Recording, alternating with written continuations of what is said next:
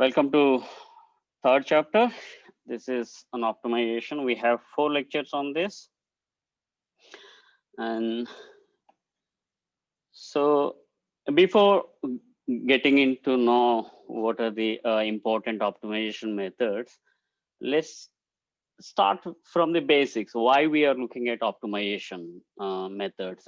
Can someone just switch on microphone and unmute yourself and say why we are looking at optimization? What is the goal in neural network? Minimize the loss function. So we want to minimize the loss by changing the variables. What are those variables? The variables are weights and biases. Sometimes you have hyperparameters. Let's write it down. We have seen earlier lectures that you have a neural network, okay, and you are given an input data, training data, that is that has output, say y, or response variables, a collection of all the responses, and input data is x, and the neural network has certain parameters, weights and bias. Sometimes you might have hyperparameters. They include the number of layers, and in each layer how many neurons are there, and this, for now we can ignore this. So let's denote this as theta. Okay, these are the variables we want to vary so that loss is minimized. So we have seen that the loss is a function of theta as well as the data, where these training data x and y. D is fixed for us when we are tuning parameters. So we no need to worry about this. All we need to think of it as a function of theta, okay? And it is generally from a subset of Rn to R, real valued function loss. Just remember that n is not number of data points given to us. Here in this chapter, n represents number of variables in theta. So n is typically size of all the variables in W, weights, and size of bias variables. Okay, that is n. So don't get confused with data set size. We have this Rn to R, that is a function. This function can be just loss function as for entire data set given, or sometimes we can have a regularization, and or it's a combination of training loss plus validation loss and regularization. So forget about it. We can just happily sit in a abstract setup where this is the region we are in, okay? And we want to minimize, we want to solve this problem. You go to theta and find arg min of this one, okay? That is theta star. But this is what we are asking is a global minimum. It might be difficult to find. So we look into the cases where it's a unique, and the cases where they're not unique, but you can get trapped in somewhere else. Okay, this is the idea. This is the reason why we want to look into optimization methods. And let's this is the chapter we have on that. Okay. One more thing. Yesterday, Benoit, as I explained about forward propagation as well as backward propagation, right? Why we were looking at it? because we were told that using forward propagation for a given theta,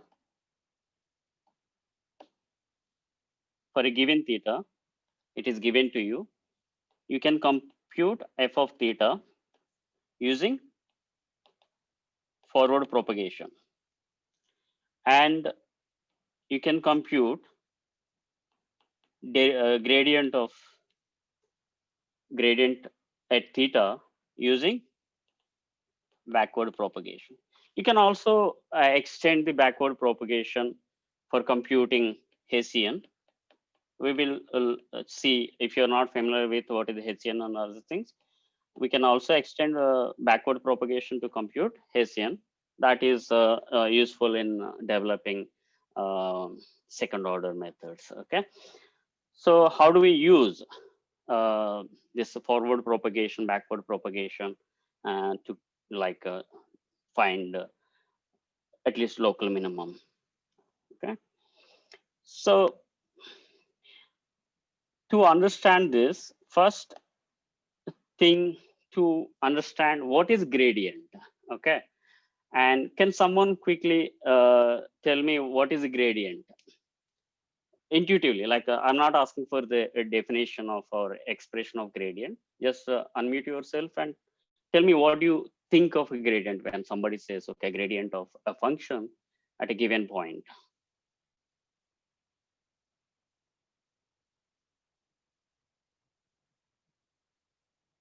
Right, that is correct. uh, it gives a direction of steepest ascent. What is steepest ascent then?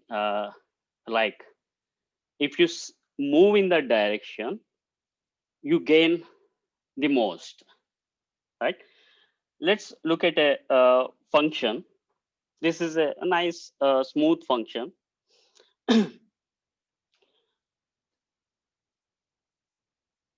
of two variables. Okay, theta 1 and theta 2. Typically you're at a point, say this is theta, which theta 1 and theta 2. Okay, from forward propagation, backward propagation, what we know that if you're standing at a value theta, you can look up and ask what is the value of that function at that theta. Okay, and using backward propagation, we want to move on this plane where theta 1 and theta 2 are defined.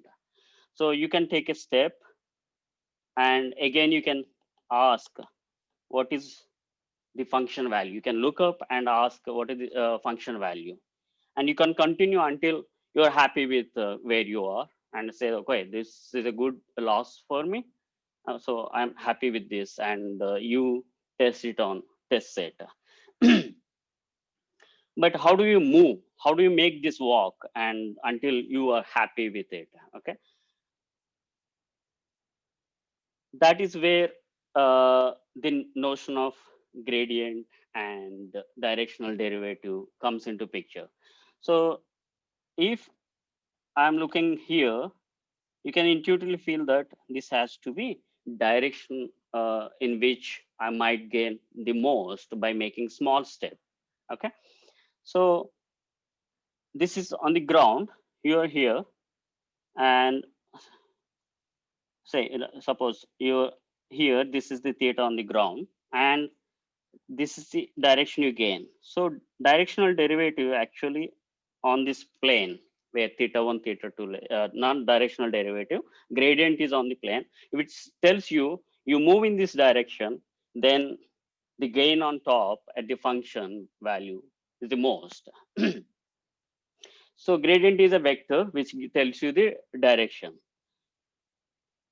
But there is more intuitive thing which is useful in understanding our optimization methods is directional derivative, which is a scalar which tells for a given direction, instead of fixing gradient, instead of moving in gradient, if I ask like, okay, I move in S direction rather than the gradient direction.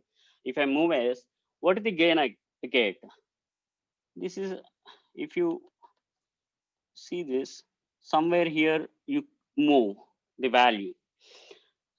So you want to know how much you gain. And intuitively, it's clear that if you choose S to be gradient, you gain the most. But you need to ask about if I rotate around this point theta, which point, at what point, what value I gain. And so first we look at the definition of directional derivative. Okay, this is the gradient. This is a collection of partial differentiations, the partial derivatives of function f.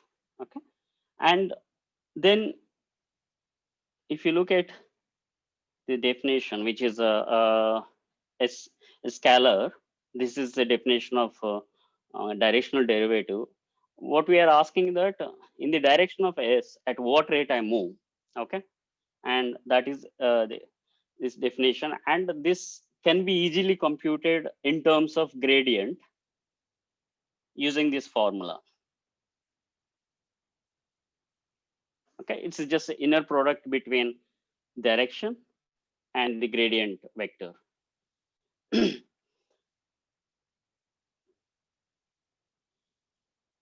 All right, is there any question here? Is everyone, like, if anyone is not clear with what is the directional derivative, just raise your.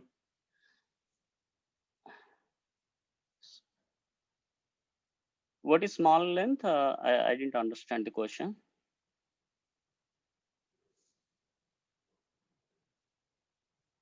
Okay, so you guys are clear with what is the directional derivative. Now, this is a key element in developing descent direction methods. Just go ahead and solve this exercise, and you'll understand what is intuitively happening here. So we have seen a directional derivative, and after that I mentioned certain Python basics in the lecture notes. This is basics for the understanding the codes inside in these lecture notes. And if you're not a Python person, you can ignore all the codes. What is important is the outputs of these codes, which is easy to understand. If you're a Python person, have it to go, and you see that there are good examples that, like how to use symbolic Python, which makes computing gradients, Hessians are easily. Okay, and one thing from this section is important is how do we plot functions? Okay, 3D function. One we have seen in this case is surface representation of a function, and there is another thing called contour that is very useful in understanding how we are moving during the optimization method. So this is a surface representation of a function called Rosenbrook function, banana function they call. I really like it. It looks like a manta ray, if you're familiar with.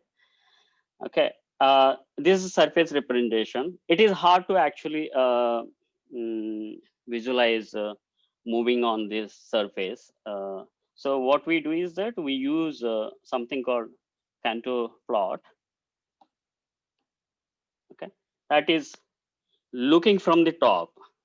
You use color coding to understand how deep it is, and if you look at this function from top, you expect that these edges, it takes larger values here as well, and somewhere here minimum edges. So if you see lighter color, that is the smaller value, and darker color is and this on this at every point on this line, function takes the same value. That is, in this case, it's a 665.142. Similarly, we have, sometimes we ignore these values, but you can also plot that. And this particular function has a minimum at 1 comma 1. Okay, this function will keep popping up in our lecture. So an idea is that when you are developing algorithms, we want to converge to this point, and how each method performance when that is the target. And okay,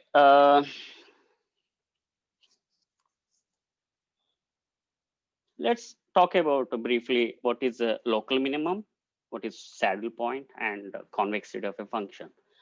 Um, you can you can immediately say what is the local minimum. Can someone tell me quickly how many local minimums you think they exist in this particular region for this graph? Are there 3? Yeah, and local maximums? 2? 2. So how do we at least give a necessary condition? Uh, a point is local minimum. Local maximum we can forget, because if you reverse the image, apply minus on function, all the local maximums becomes local minimum. So we are focusing on minimizing. So let's stick to that. And this, let's look at local minimum. At local minimum, these are the, at least this is necessary condition it should satisfy. One is gradient being 0, that is extreme point. This happens either at a local maximum or local minimum. To make sure that it's actually local minimum, we need another condition on Hessian. Hessian is not is just a matrix of second order derivatives as defined here, and we want it to be a positive semi-definite. Can someone quickly say what is positive semi-definite and what is it equal to in one dimensional univariate case? In the univariate case, isn't it just the second derivative being greater than 0? Right, greater than or equal to 0. Yeah, but we can extend that notion. For univariate case, a second derivative either greater than 0 or less than or equal to 0. But in for multivariate case, you can have 3 cases. So one is positive definite, that is exactly this is the definition. Okay, and negative semi-definite or indefinite. Okay, there can be symmetric matrices. This is a symmetric matrix always. For a symmetric matrix, you can have positive semi-definite or negative semi-definite or indefinite. So if it is positive semi-definite and has a gradient 0, it is local minimum. And if it is negative semi-definite with the gradient being 0, it's a local maximum. If it is indefinite, we can't be sure, but we know that it's going to be a saddle point, as we see later.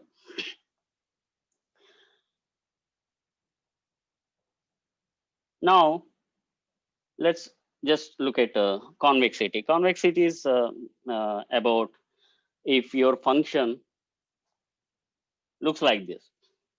It's like a bowl. Okay.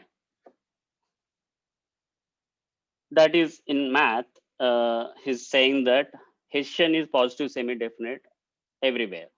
That is the definition of convexity. Everywhere in the region you are interested in. But that is good if you have that, because if you reach any minimum, that's, you know, that that's not just a local minimum, it's in fact a global minimum. But expecting convexity is not practical. Like you might not have a convexity easily. So we need to look at functions like this, where locally around small regions, if you're focusing only on this particular region, then you might have convexity. But if you're looking at a bigger region, it won't hold.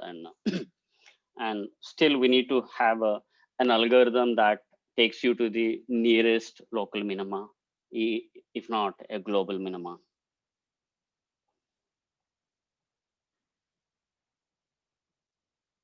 Then we have this notions saddle point.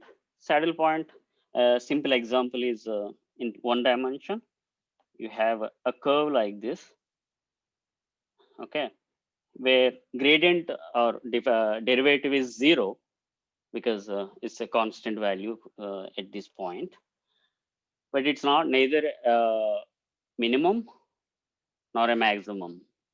So why it's important? Because there is a chance your algorithm might get stuck if you're playing with only um, first order derivatives in the implementation algorithm, like first order methods. So it's important to uh, have certain guarantee that you jump out of it if you get stuck. And we don't get into those details in this particular chapter, but that is something you need to keep in mind. Like if you have a saddle point, how do we come out of it? And there are certain assumptions you need to make on the function, like a Lipschitz condition and other things that guarantees that you can jump out of it. And that's something we don't really deal with. So this is another example of that. Is what we have seen is one dimension, and here it is a two-dimensional of function, which is theta 1 square minus theta 2 square.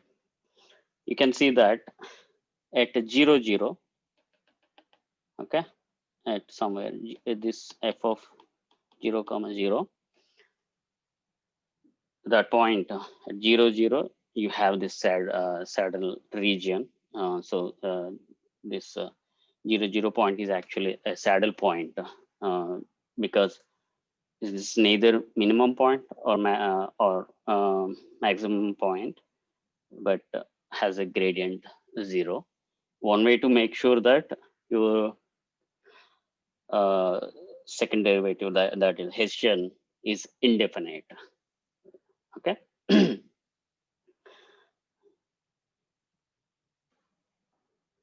You can have a saddle point, and Hessian is either positive semi-definite or negative semi-definite. So be having Hessian uh, indefinite doesn't guarantee that it's not a saddle point. Okay, it's a saddle point. Sorry. Okay. To understand first order methods and second order methods, one thing very important is Taylor expansion of functions. Just now assume that we are in simple univariate case and all the derivatives of all the orders exist for this function. So if I give you um, any number, you can give me, okay, this is the derivative of that order. And then you can represent using Taylor expansion what is f of theta. Okay, you can expand f about a function about a point a. Okay, like this.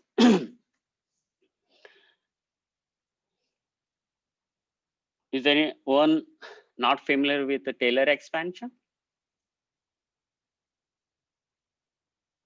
It's all right. We can. I'm going to give details, but just tell me, like, I'll have an idea uh, whether you have come across Taylor expansion and approximations using Taylor expansion.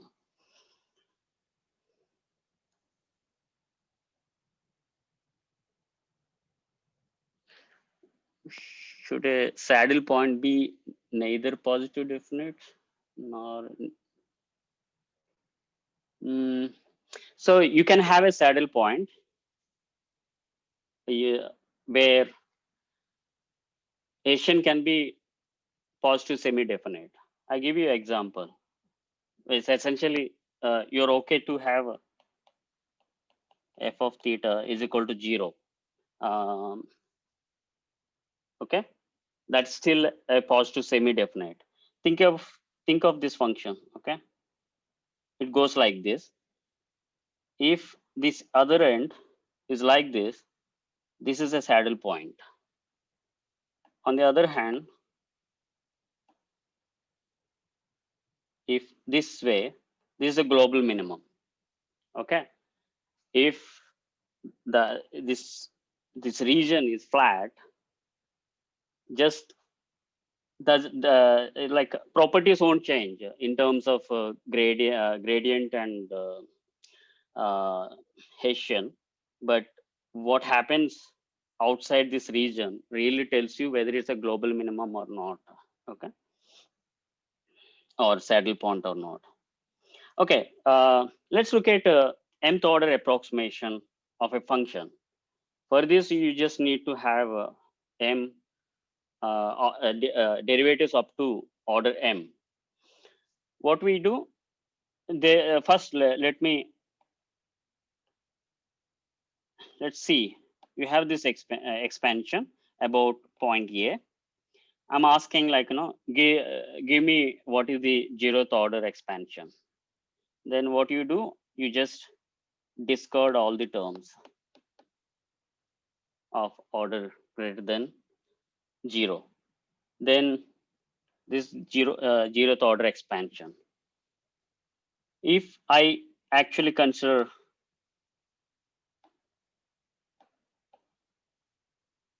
this term and ignore these terms after that, then you get first order approximation. In terms of let's illustrate with an example here. Here I'm taking a function which is f of theta is theta times cos theta. It's a univariate case. So the first curve, that is a black curve, is indicates what is the actual curve of this function. Sorry guys. Yeah. And if you look at if 0th order approximation, all we have is a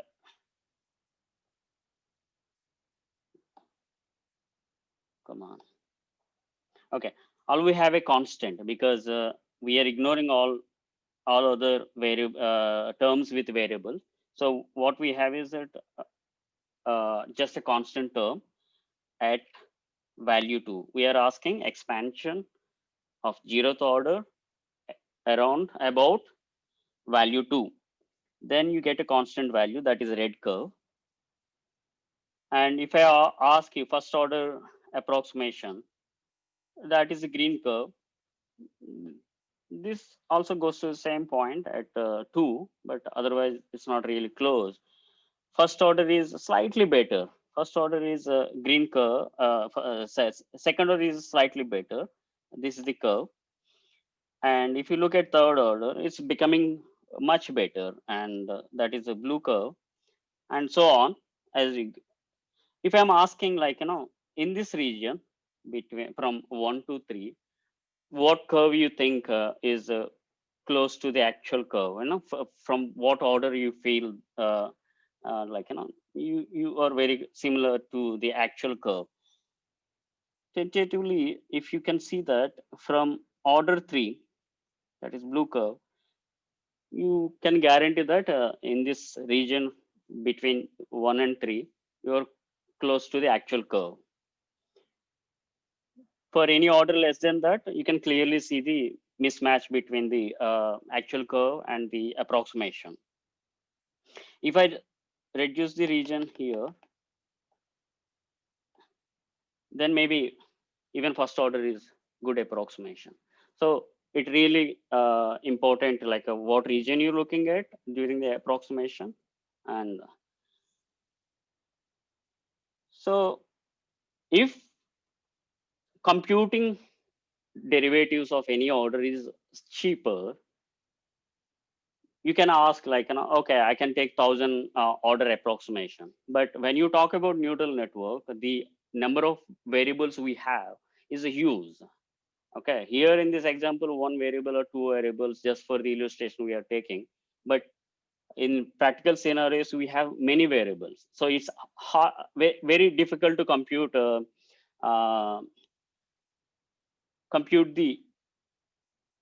higher order derivatives. For example, what is the Taylor expansion for multivariate function? It will be expressed like this. Okay, you have a gradient here, and in the second order term you have a Hessian.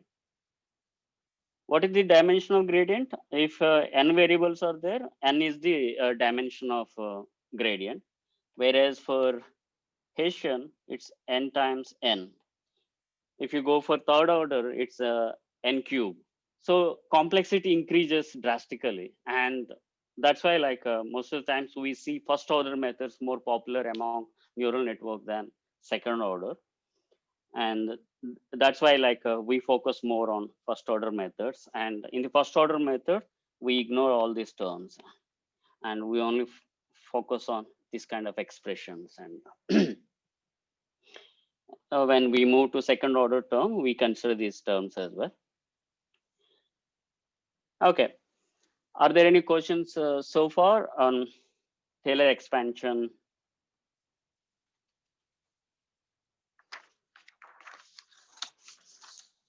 No?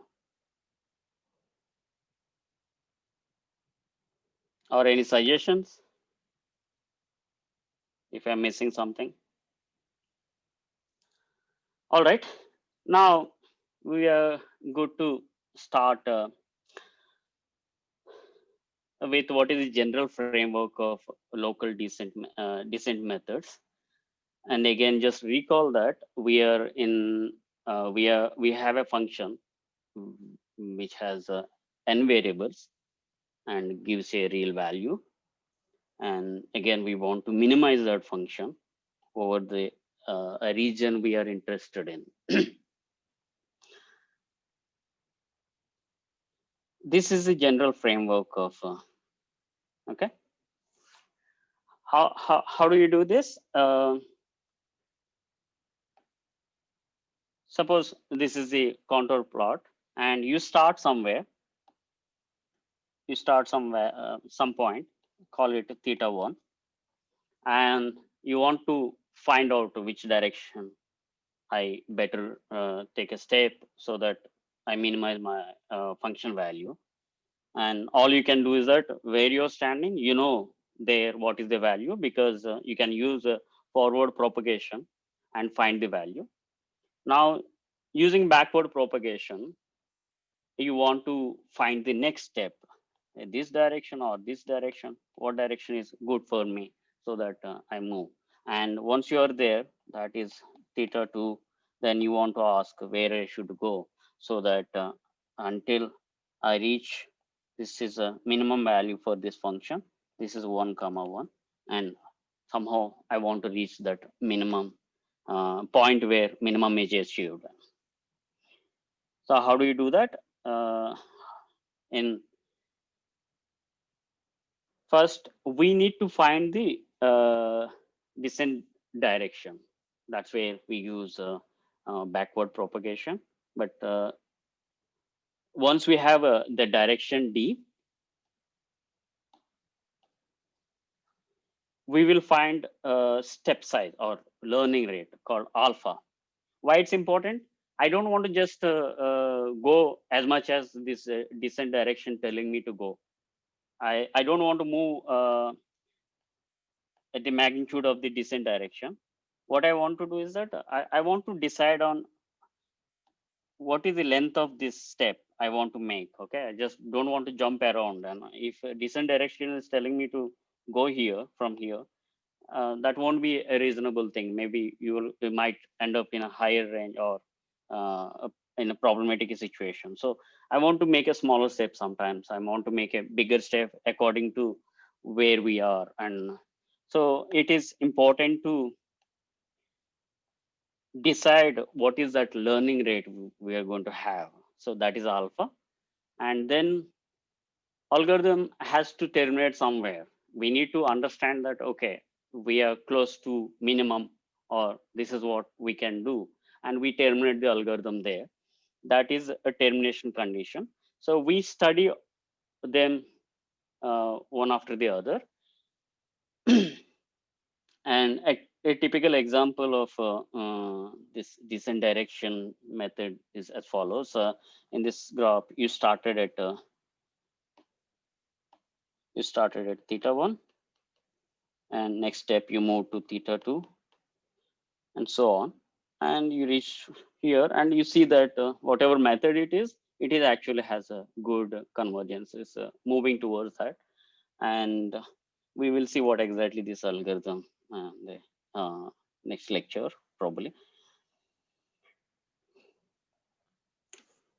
So this is a basic understanding about a very general understanding of descent methods, descent direction methods. And now first look at how do we actually find decide learning parameter in each iteration, each step we make.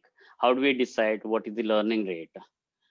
And for this, we will assume that we are given the direction. If you remember in the algorithm, first thing to know is that descent direction. And let's assume that we know that direction. And once we know this, how do we find the learning rate? And we look at certain methods, and these are used in the first order methods later. First thing, immediately turn, like if you remember, what is the step we are making? Theta k plus 1, the point where you will be in the next step will be where you are right now, and alpha times the directional derivative. Okay, so you want to minimize this, find alpha,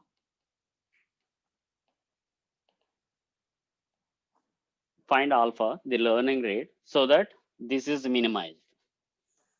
What is the good thing about this optimization problem is that now the function, if you define this as some g of alpha for given theta k and dk, it's a univariate function. Okay, and the solving univariate function is relatively easier than solving the multivariate. Yet it needs some complexity. So can someone tell me what comes to your mind when you want to solve this problem? Like, how do you approach? First step.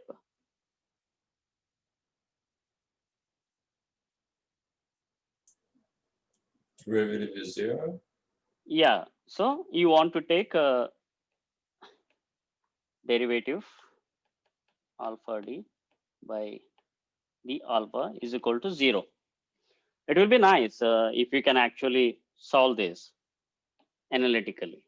If not, you can use one-dimensional Newton methods, which we see in multi-dimension also, and use it. But they come with a complexity. Okay, you're doing it each iteration, and each iteration you need to run this optimization algorithm.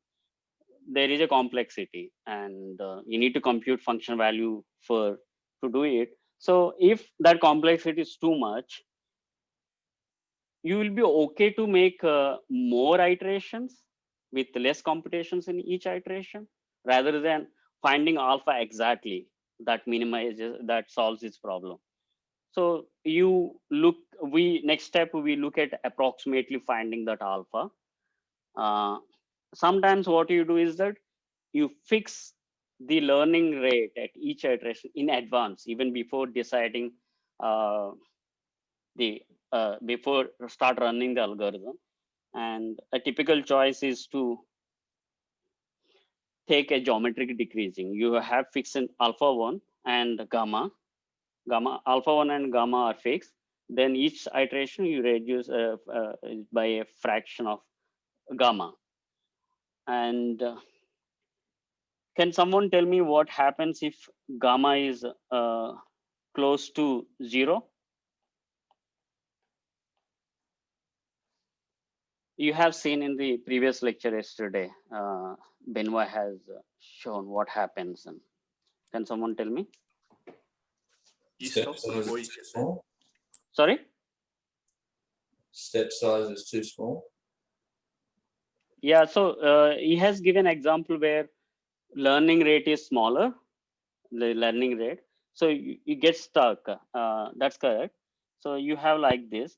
You might make small steps and you might eventually get stuck here instead of going to minimum.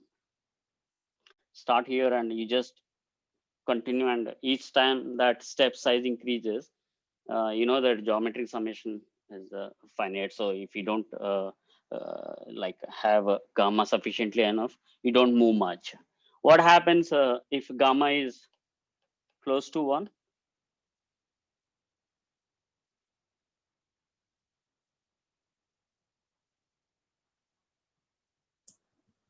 Learning rate stays about the same. It stays constant. You might end up jumping too much. Okay, so these examples he has shown already. So you need to actually choose gamma carefully, and of course there is some tuning required, but in practicality you still use this kind of method for some problem. So this is good to know that this is an option where gamma you need to select properly so that it works for a given alpha 1. And here is an example I just have it where you can actually compute alpha exactly, because you can differentiate it and find the value exactly. And that case, all it is that you take the derivative with respect to alpha and see where it is being 0, and that gives you alpha star. Okay, so if it is easy to do that optimization problem by differentiating with respect to alpha and solving it, good. But in many practical situations, that's not the case. And that's why we need to look into other approaches where it's okay not to have a exact optimal alpha, but some approximate alpha. So the first condition in choosing alpha is called a sufficient decrease condition. Let's think of, let's consider this curve in 1 dimension. You know that alpha, we are in a univariate case right now. We are not optimizing with respect to theta.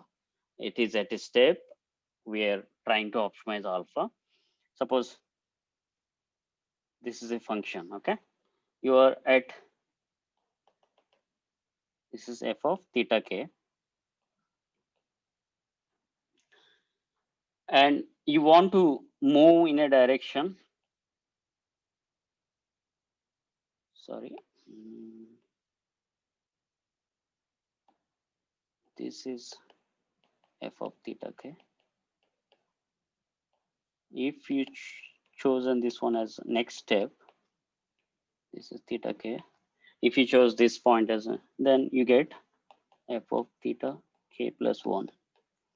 All right. you, you know that you always want to move in a direction you decrease. So if alpha is 0, then obviously you get this condition gets satisfied. So in a sufficient condition, it guarantees that you're choosing alpha so that you always have some decrease, or at least not gaining some value. So any alpha which satisfies this value is okay with us. So even if you're jumping here, this point, theta, in case you pick up this point as the next point, that's okay, because you're you have some decrease in the function. So sufficient condition says that at least allow some decrease. Okay. And so any small alpha is okay. But they're exactly the problem. If you choose very, very small alpha, again, it's a small learning thing, and you might get stuck here instead of going to the possible local minima here, or global minima if it is the case. So Sufficient decrease condition tells you that you will decrease by some small quantity, but that doesn't guarantee a convergence. So in addition to sufficient decrease condition, we need another condition to guarantee that you have convergence. And first, one such condition is given by backtracking line search. What we do, instead of taking small steps at starting from 0, you take a large alpha learning thing and now decrease it backward until this condition is satisfied. You start somewhere like this and keep decreasing it until this condition is satisfied. Then you have a maximum possible alpha which satisfies this condition. That is exactly backtracking line search. In this example, we have developed that particular step to see how it can be done. In this example, if you look, I have started with alpha is equal to 1. Instead of starting with 0.001 or something, I started with alpha 1.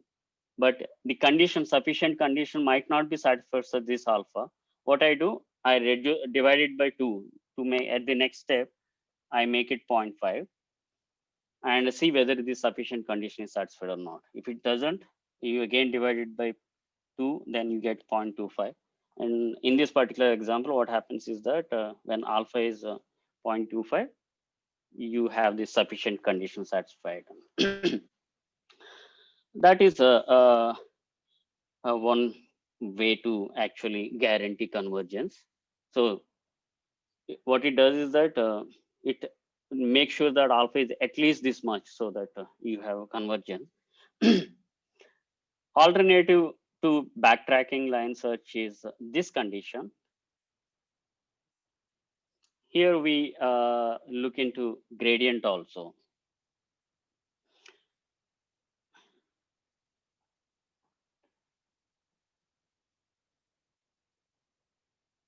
Okay, again, think about this theta k, and this is f theta k.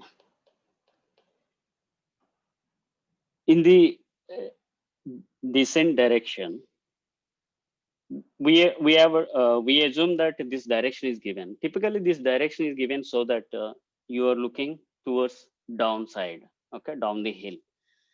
So that is dk, and you expect it to be negative in all the practical cases where we are optimizing, because we are minimizing. You always look downhill. So this quantity is negative, okay.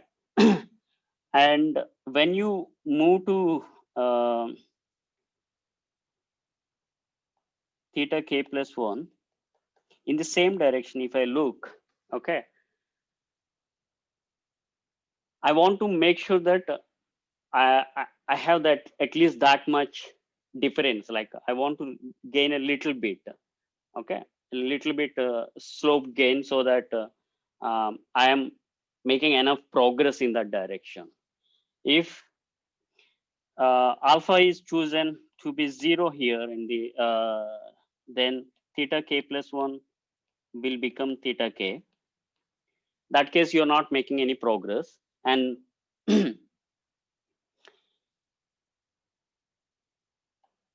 this will actually make you not satisfied. This condition won't be satisfied. So as you increase alpha, you see that this suddenly start getting satisfied, and so you have at least this much progress, and that way you make sure that you are making alpha at least this much in each iteration. Okay, and it's all depending on the current information and what is going to be the next step. Together, this condition and the first sufficient condition, we get convergence. And there are alternative and stronger conditions where this is a special case of this condition. If you just write this, this will become f of theta k greater than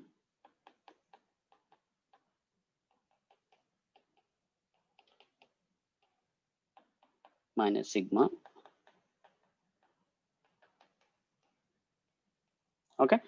And of course, one side is this condition exactly.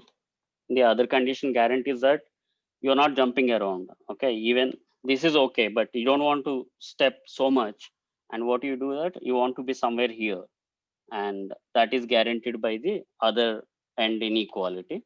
And if you have questions, we can discuss later about it. And this condition and the first sufficient condition together again will give you convergence. And these are the things people use in practical scenarios to make sure that your learning rate is sufficiently good enough for convergence. And and I think we can stop here for today's lecture, and I'll get back to termination conditions in the next lecture. Yeah, I'm open for questions.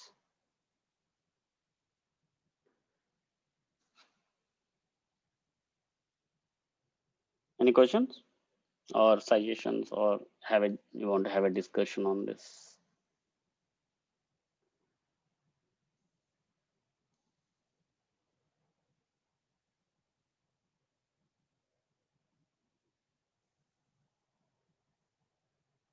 Thank you.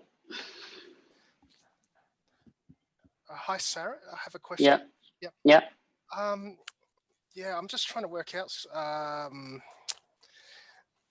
just right back at the top. I'm just wondering, how do you show the directional derivative? Okay. Yeah, is the maximum. I just want to know how to start it off. So yeah, here we are. Yep, there. Yep. Yeah. What is the question? The exercise. I just want to know how to start it off. So, Oh yeah. yeah. So this exercise. Yeah. So you take all the S with unit. So I'm looking at all the directional directions where this magnitude is 1. Yeah. Okay. And obviously this is one example of this case, right? Mm-hmm. Yep. Yeah. Yep. Now, inner product between A and B is upper bounded by. Yeah, that's right. Yeah. That is what Cauchy-Squarce inequality, and this is holds with equality if A is equal to C times B. Yeah. C is equal to 1 here because we are looking at unit length vectors. Yeah. If you ask, so this is the maximum value we can achieve for any and B, and that you know A is equal to 1. Yep. And you know B is also 1. Yeah, that's right. Yeah. Okay, so we are in a space where this is what we are looking at. We are asking like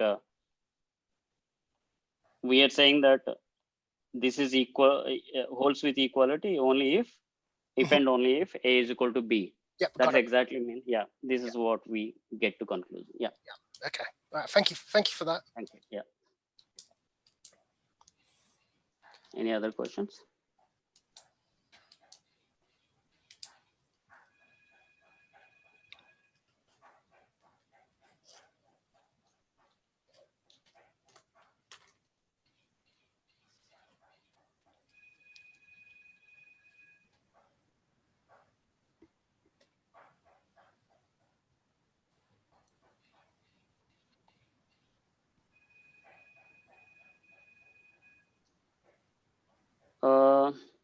Yes.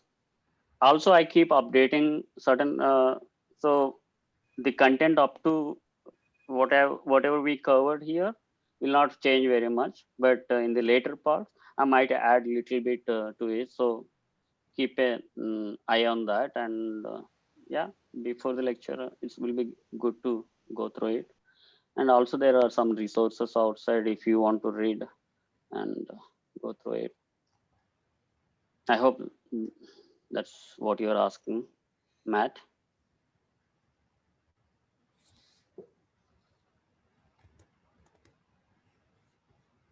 Matt? Yeah, I believe so. I believe that notes are good, and I'm trying to make them as polished as possible and as clear as possible. At least try to do this exercise. I really believe that if you're doing every exercise, you have a much more better understanding. So don't ignore the exercises, except where I asked to do Python coding. You can do it in whatever language you like.